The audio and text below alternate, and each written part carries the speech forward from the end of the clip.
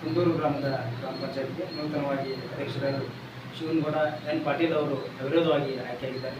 ಮೊದಲನೇದಾಗಿ ನೂತನ ಅಧ್ಯಕ್ಷರಿಗೆ ಹೃದಯದ ಅಭಿನಂದನೆಗಳನ್ನು ತಿಳಿಸುತ್ತಾ ಅವರು ಗ್ರಾಮದಲ್ಲಿ ಸಾಕಷ್ಟು ಅಭಿವೃದ್ಧಿ ಕಾರ್ಯಗಳನ್ನು ಕೂಡ ಮಾಡಿದ್ದಾರೆ.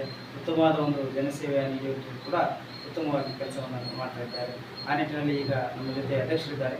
ಅವರಿಂದ ಕೆಲವೊಂದಿಷ್ಟು ಅಭಿವೃದ್ಧಿ ಕಾರ್ಯಕ್ರಮದ ಬಗ್ಗೆ ಮಾಹಿತಿಯನ್ನು ಈಗ ಕೊಡುತ್ತಾರೆ. ಗ್ರಾಮ ಪಂಚಾಯತಿಗೆ ನೂತನವಾಗಿ ಅವಿರೋಧ ಆಯ್ಕೆ ಮಾಡಿದ್ದಾರೆ. ನಾನು ಗ್ರಾಮ ಪಂಚಾಯತಿಗೆ ಹೆಚ್ಚಿನ ಅಭಿವೃದ್ಧಿಗಳನ್ನು ಮಾಡಬೇಕಂತ ಆಸೆ ಇಟ್ಟುಕೊಂಡು ಯುವಕರಾಗಿ ಒಂದು ಕೆಲಸವನ್ನು ಮಾಡಬೇಕಂತ ಅಂದ್ಕೊಂಡಿದ್ದೇವೆ.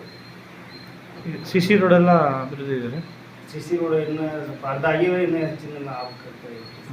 ಸ್ಮಶಾನ ಘಟ್ಟ ಅಭಿವೃದ್ಧಿ, ಸ್ಮಶಾನ ಅಭಿವೃದ್ಧಿ ಆಗಿದ್ರೆ ಅಭಿವೃದ್ಧಿ ಮಾಡಬೇಕು. ಗಟ್ರ ಒಂದು ಅದ ಸುಧಾರಣೆ ಐತೆ ಸರ್. ಇನ್ನು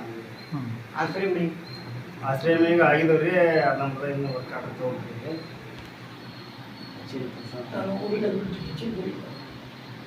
ಊರಿನ ಅಭಿವೃದ್ಧಿಗಾಗಿ ಹೆಚ್ಚಿನ ಗುರಿ ಇದೆ ಒಂದು ಸೂತ್ರ ಇದರಿಂದ. ನಿಮ್ಮ ಪಂಚಾಯತಿಗೆ ಎಷ್ಟು ಹಳ್ಳಿ ಬರ್ತವೆ? ಒಂದಾಳೆ ಸರ್. ಕುಂದೂರು ಮತ್ತು ಜರಿಗಿಟ್ಟಿ 10 ಮಂದಿ ಸದಸ್ಯರು ಇರ್ತಾರೆ, 9 ಮಂದಿ ಕುಂದೂರು ಇರ್ತಾರೆ, 1 ಜರಿಗಿಟ್ಟಿ ಆಗಿರ್ತಾರೆ.